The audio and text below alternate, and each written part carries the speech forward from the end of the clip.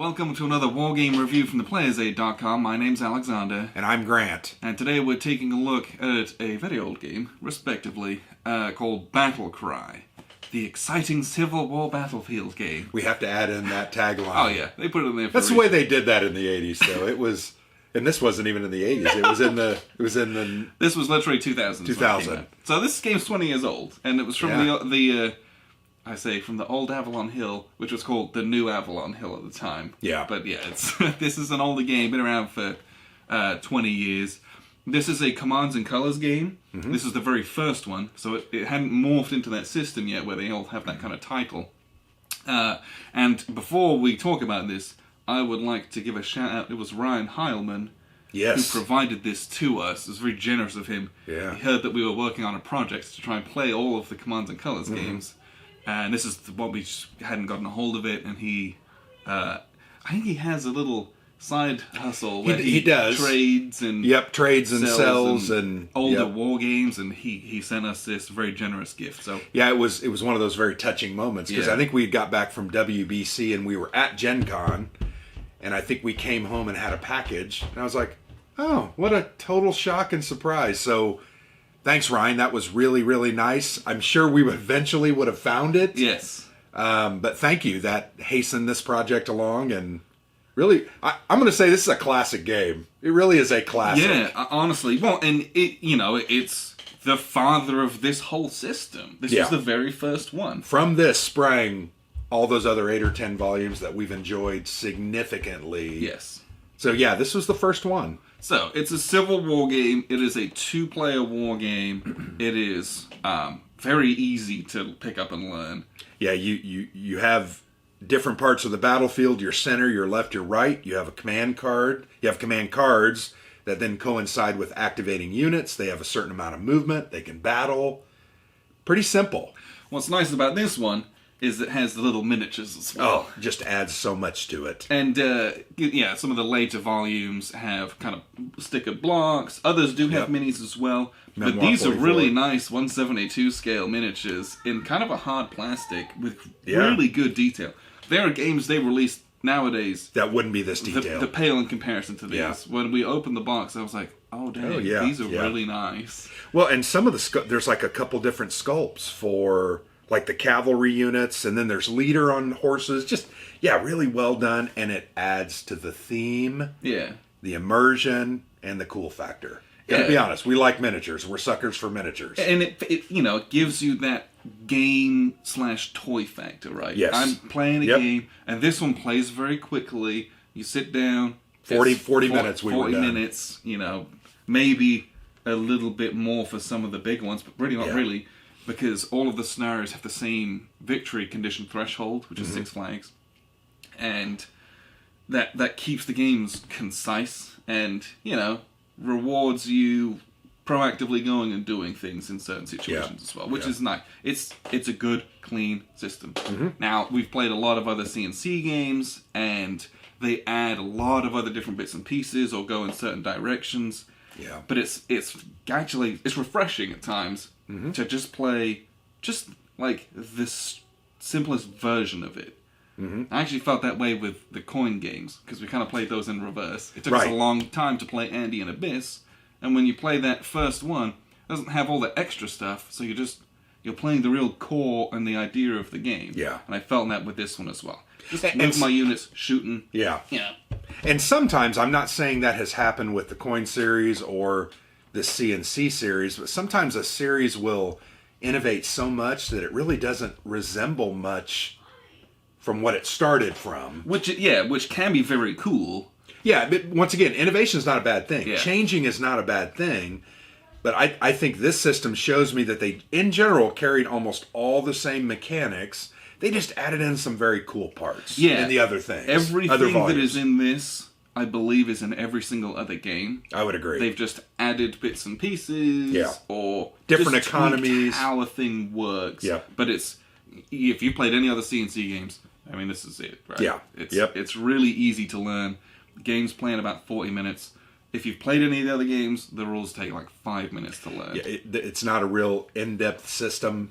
Once you get the basics, you've got it. And really the command cards drive everything. So it's Yeah. it's pull your card, build your hand, save the cards that you want to save for the time, and then just go at it, you know? And on the scale of like simulation versus like fun game, this is more on that fun game Oh side, yeah, there's right? no doubt. You know, Although some of the elements really they mimic those battlefield, at least those concepts that we believe we know from reading, watching, and studying history. You know, cavalry, sweep the leg, right? You use your cavalry to run in and finish units off. That's what you do here, because you don't have a ton of cavalry. You know, your artillery, you kind of soften the units up as they approach, but you know, stick them on the high ground. They get better range. Yep, they get better range and use terrain to your advantage, etc., etc. I mean, all those elements are here, which to me says it's a very solidly designed system that mimics, or at least allows us not to simulate, because it's not a simulation, but it does have those elements. But it's so in the game that we played with Fredericksburg, the outcome mirrored history. Yes. So in that sense, that's pretty good, considering, right? So the way they set up scenarios and things like that, they try to do a good job of funneling in actually reliving the history, and you're in charge of this battle, and can you beat the historical outcome or change what happened? Yeah. You know, can you kind of break the simulation almost? Yeah. But at the same time, it's just a really fun, simple game, right? Move my guys up, shoot everyone. Yep. You know, try to defeat the enemy, and you do it in about 40 minutes, and you can just switch sides, play the same thing again if you want, or you can just move on to another game, or play a different scenario. Like, that's what I like about this. I don't have to sit here and like, oh, this is like a 4-hour investment. Right. Sometimes you just want to like, just roll dice and play it out. Have a good time. Well, and that's the other cool thing. 40 minutes. You know, you invest 40 minutes in this game, and we had a good time. You can move on with your day. You can also, I mean, if you want to, you can string 3 or 4 of those little scenarios together. And there is a little campaign rule where you can play through the whole of the Civil War and tot up scores, which is pretty neat. And I'm fairly forward-thinking from 20 years ago. Right. I mean, I think those are things that we take for granted now, because a lot of our games that are scenario-based have that. But yeah, very clean, cool system. One of the things that, you know, you had talked about, they try to mirror history. You know, it is a very interesting situation, because one of the things I like about Commands and Colors is I feel like I actually am a general. You know, I'm actually trying to identify the conditions on the field, trying to understand what may happen or will happen, try to watch you and what you're doing and think, okay, he's getting ready to do this, and then, you know, more often than not it happens. We've played each other enough that I kind of know. But I also love, I go back to this command deck, and I think they called them command cards in this. Yes, I believe so. You know, I had 5 cards as the South. You had, I believe it was 3. I had 3, yeah. You know, to me, that's probably more of a reflection of the generals that we had. You know, I had Longstreet and Jackson on the field. You had... Well, and you were Robert E. Lee. Right. So it was like I was Lee commanding... And I think I was Ambrose, I think.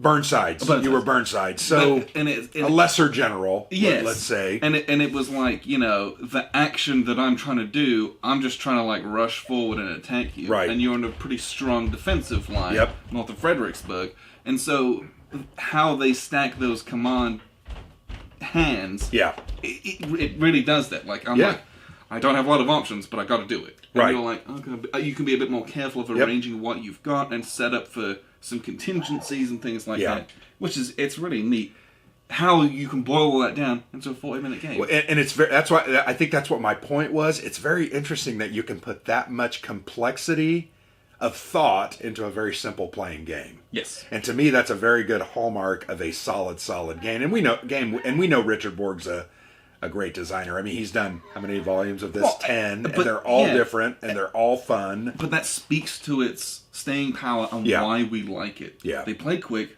but they give us enough meat where it's fun and enjoyable, but it isn't paper thin. Yeah. And I that's a real credit to this. So what I'll do is I'll show you the board and just a little bit how it works. You already know, but we'll do it anyway. And then we'll wrap up with a few final thoughts. So here's the look of the map, and as you can see, we have these great figurines, and I'm going to just hold a couple up so you can see. Here we've got some infantry, and we'll get the artillery, And where's my cavalry? Let's get some CSA cavalry. But these are really, really nice sculpts. And I appreciate a game that A, does that, and B, did that. It's hard to find games that have these many miniatures at this great price. So it's cute to have them on the board. I like it. It adds to the bling factor. It looks nice when you're playing. But really, this is a very, very easy and simple commands and colors game. You can see the board has these dotted divisions down them in kind of a black line. And there's one over here as well. So you have, this is the center. And as you're looking at it, you've got the left flank and the right flank. And for the opposite player, that's reversed. And why that's important is because you'll have a hand of cards. And a card might say, issue an order to one unit in the center. So anyone who's in any hex in this section, you can issue them an order. And an order is simply move and then fire. Artillery are kind of restricted. They can either move or they can fire, because they're big, heavy, lumbering things, can't do both. An infantry unit can move one space and then fire. And cavalry units, let's say we've got a cav unit over here, they can move 1, 2, 3 spaces because they're on a horse, and then they can attack. But it's very simple in that way. So this one, for example, is an assault. So issue an order to all units or generals on the left flank. So anyone who's in this section, you can issue an order to any of those units. So we've got this whole line of Union soldiers up here. You know, they're all going to move. It's going to be great. We're going to make a general advance. They can all move one space, and then they can, kind of shoot their rivals that are in front of them.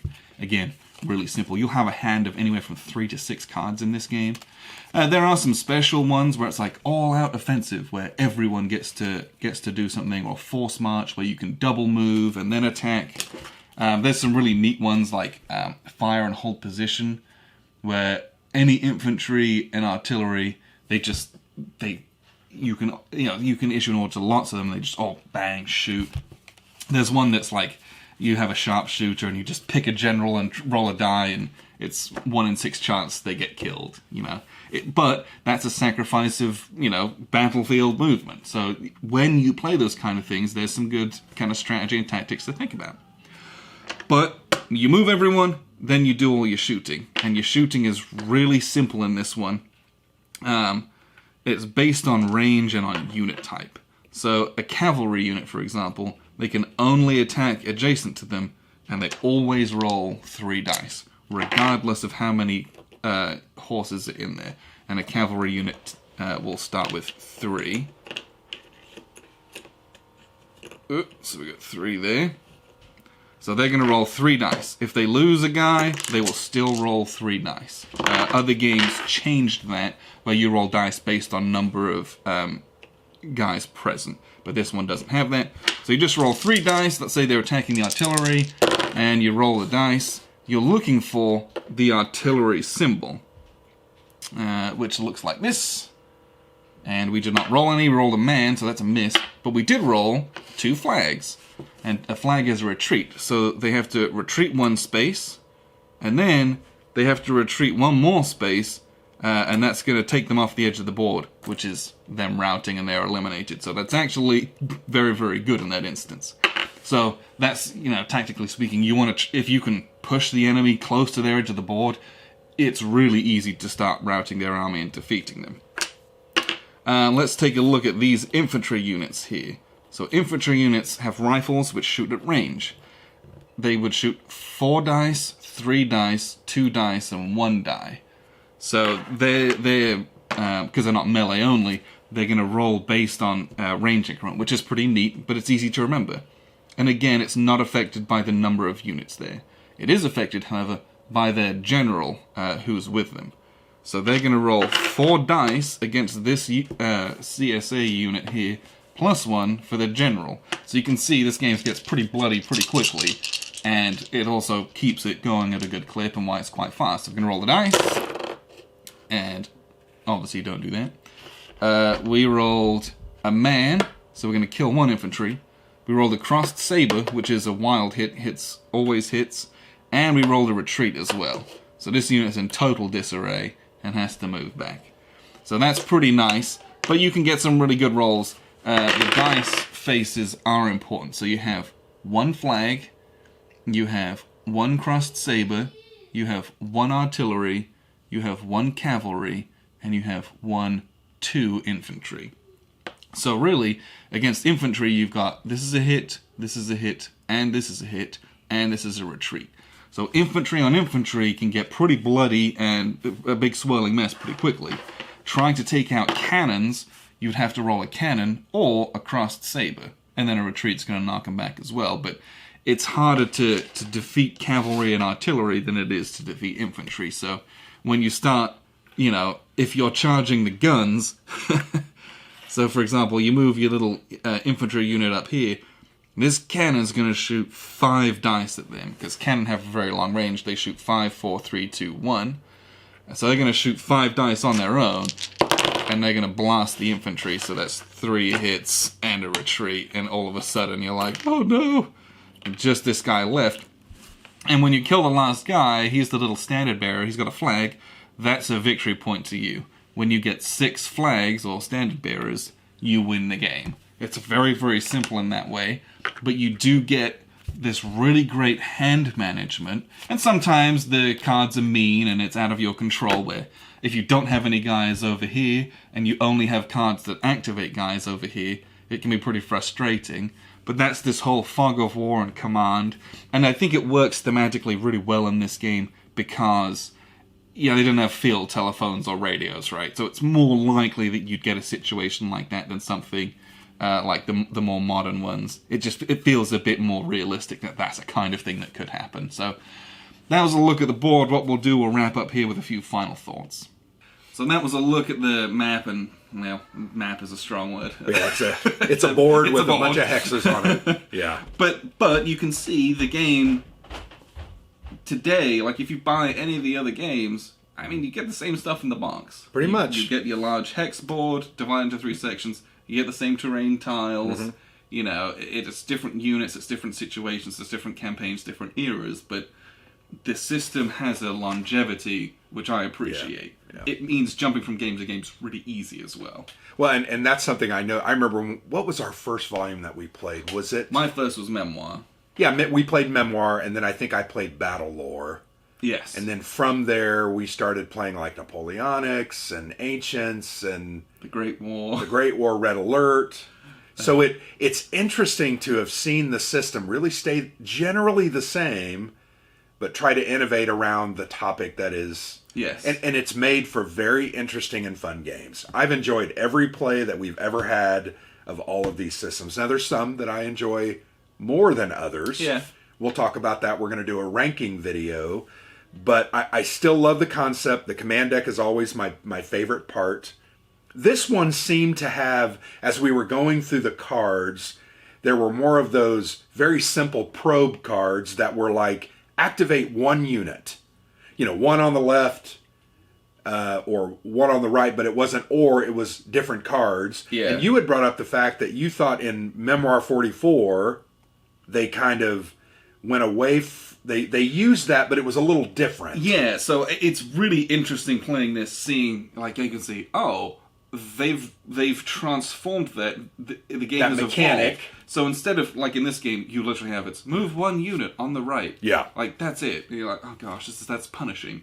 But in games like Memoir and other ones, that would be like a scout card, where it's... And you got more... It's move 1 unit on the right, but then... You draw 2 cards and keep 1. So you get like an added extra benefit for compensating you for doing very little on the battlefield. Right. This one doesn't have that. Right? Yeah, it's just move cool 1 unit, that's it. Oh, look, that was what they started with. Yeah. And then they've just they've evolved it. Built on it, to make the game, different, feel different, have some different dynamism in other titles. But playing just the core game in this was pretty cool. Yeah. It's nice to see where it started. And frankly... As someone who doesn't know much about my Civil War history, American Civil War at least. Well, I watched the Grant miniseries this past week. I know everything. Just kidding. But this is a decent way, because in the playbook, in the scenarios in the back of the rules book, there's a perfect amount of history, right? It's like 2 columns, 2-3 worth. paragraphs. That's it. It's enough to give you the gist of the situation, give you a few names and dates where you're like, oh, okay, and the outcome. Generally. Yeah, and then you play it out. So it's a neat way to learn some of this stuff. Yeah. If you don't know much about it, right? It's not overwhelming in any sense of the word. The other thing I think in general, and particularly this game because it boils it down to its essence, I think the entire system is in many ways a leadership and a command laboratory. Yeah. And you may be sitting there going, what the hell are you talking about? But, you know, it really makes you think about what you are trying to do and how you want to get that done. Now, there's always those gambits, you know, where, oh, I'm going to run my guys in here because I've got another card that I can retreat them next turn, and I'm hoping you don't have a left flank activation card. So there's always those gambits and those risks, but I think that's part of that command element. You've got to at some time seize the initiative and go for it. But I loved this one because I really felt like I was planning. And you know me, how do I normally play? Run and gun. Yeah, run and gun. And it was interesting, if I could have had a microphone inside my psyche, you would have heard me going, Grant, don't do it. Grant, don't do it. Because I was getting ready to slap down that card and do something big.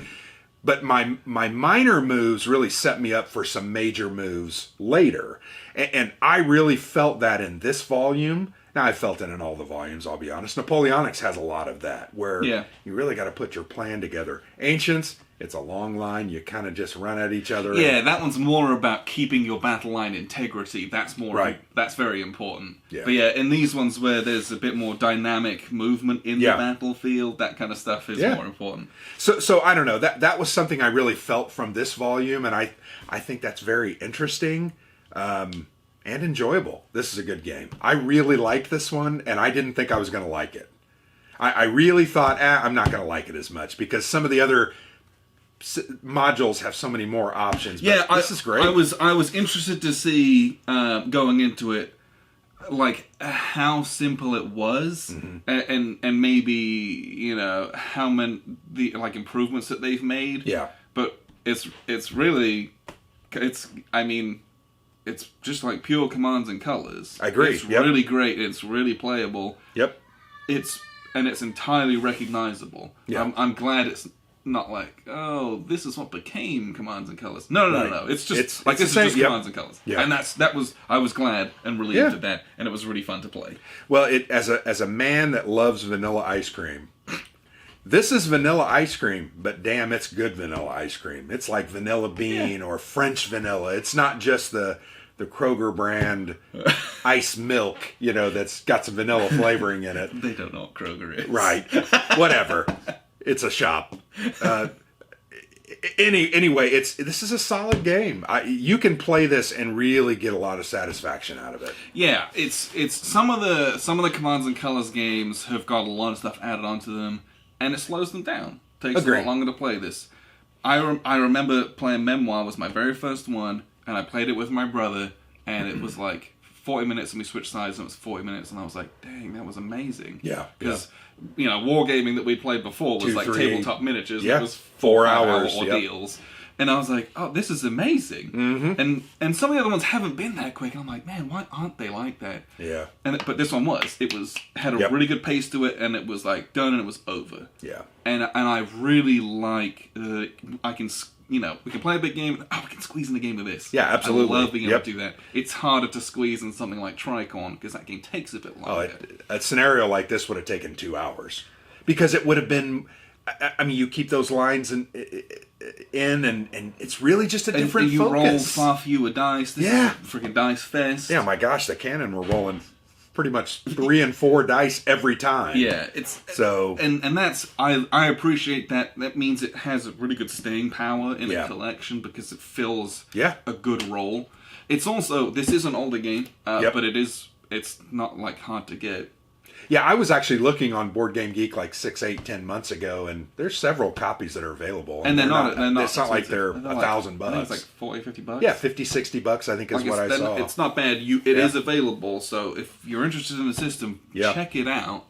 Now, the one thing I would say about this, and I am sure that they have been made on Board Game Geek, no player aids. Oh, yeah, that was, And that's, for us, obviously our namesake. We love player aids, Yep. but man, the other command and colors, you've got your player aid here and you're studying them. Here I had to kind of, although it boiled it down to its essence, I still had to think, okay, I can move and shoot. How many dice? What's the range? What's the benefit of this type of terrain? Yeah, what's nice about this, in a sense, there's no play aid, but Right. all the terrain is on one page. So you can look at it. And the page before has Units. your movement allowance and your fire range. So it's not terrible, but But we're used to having that Yeah. play aid here that you just quickly refer to. You flip it over, there's the terrain. You flip it back, there's the units. it's from the year 2000, and yeah. it was a mainstream Avalon Hill game. There's no play aids. So download the play aids that are on Board Game Geek. Yeah. I'm sure they're there. I actually didn't look. I'm guessing. But download those and you can play this. But the game's simple enough where you also don't need it. No. I felt like, of all the games, I mean, there's 3 unit types. Pretty line 'em up simple. and shoot them, so. But simple, not simplistic. No. Easy, not boring. This is really a solid game. And- I really and like it. Beautiful components. Yeah. This is great to have out Yep. on the table. Yeah, very fun. I had a good time. I'd like to play. You want to play again right after we Absolutely. get this together? Okay. So this is Battle Cry from Avalon Hills from 2000. Go check it out if it's something you're interested in. If you haven't played it, find a copy, give it a go. It's just real simple, good commands and colors fun. And I've been Alexander from theplayersaid.com. And I'm Grant.